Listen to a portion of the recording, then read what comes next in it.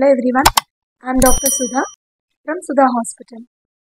మన లాస్ట్ వీడియోస్లో growth retarded babies ఎవరికి రిస్క్ ఫ్యాక్టర్స్ ఉన్నాయి, ఎటువంటి మదర్స్కి అండ్ బేబీలో ఎటువంటి కండిషన్స్ అంటే తెలుసుకుందాం.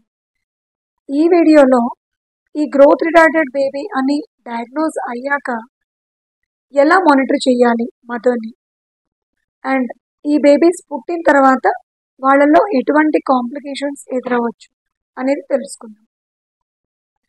సో ఫస్ట్ బేబీ కడుపులో ఉండగానే మేము స్కాన్ల ద్వారా అండ్ తన కండిషన్ ద్వారా గ్రోత్ రిటార్డెడ్ బేబీ ఉందా అని చెప్పి గుర్తించడం జరుగుతుంది.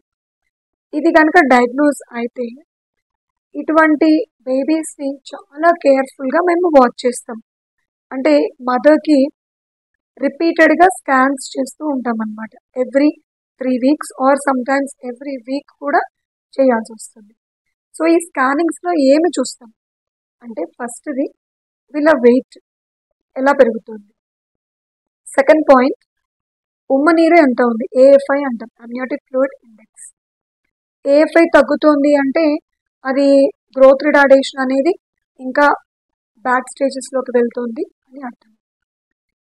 అండ్ నెక్స్ట్ది డాప్లర్ అంటే మదర్ నుంచి బేబీకి బ్లడ్ ఫ్లో ఎలా వెళ్తుంది అండ్ బేబీ లోపల కూడా సర్క్యులేషన్ ఎలా జరుగుతుంది, ఇవన్నీ చెక్ చేయడం జరుగుతుంది.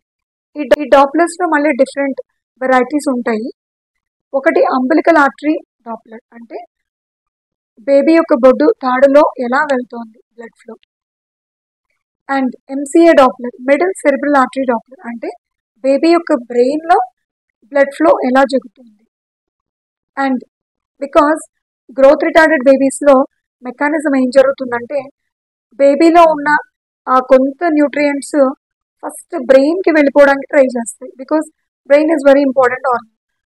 సో బ్రెయిన్కి బ్లడ్ ఫ్లో పెరుగుతుంది అండ్ మిగతా ఆర్గన్స్ లైక్ స్టమక్ కానీ, లెగ్స్ కానీ, కిడ్నీస్ కానీ, లివర్, వీటన్నిటికీ కూడా ఈ తగ్గి ఈ బ్రెయిన్కి అనేది ఎక్కువ ఫ్లో జరుగుతూ ఉంటుంది. సో దానివల్ల ఏమవుతుందంటే బేబీ యొక్క హెడ్ ప్రాపర్గా పెరుగుతూ ఉంటుంది, బట్ మిగతా బాడీ అంతా కూడా థిన్గా ఉండడం జరుగుతుంది. సో ఇలా వీళ్ళని డాప్లర్స్ ద్వారా, ఉమ్మనీరు ద్వారా అండ్ బీపీపీ అంటాం, బయోఫిజికల్ ప్రొఫైల్ అంటే బేబీ మూమెంట్స్ ఎలా ఉన్నాయి, ఇవన్నీ కూడా స్కానింగ్లలో చెక్ చేసుకుంటూ వీళ్ళని మానిటర్ చేస్తూ ఉంటాం. Thank you.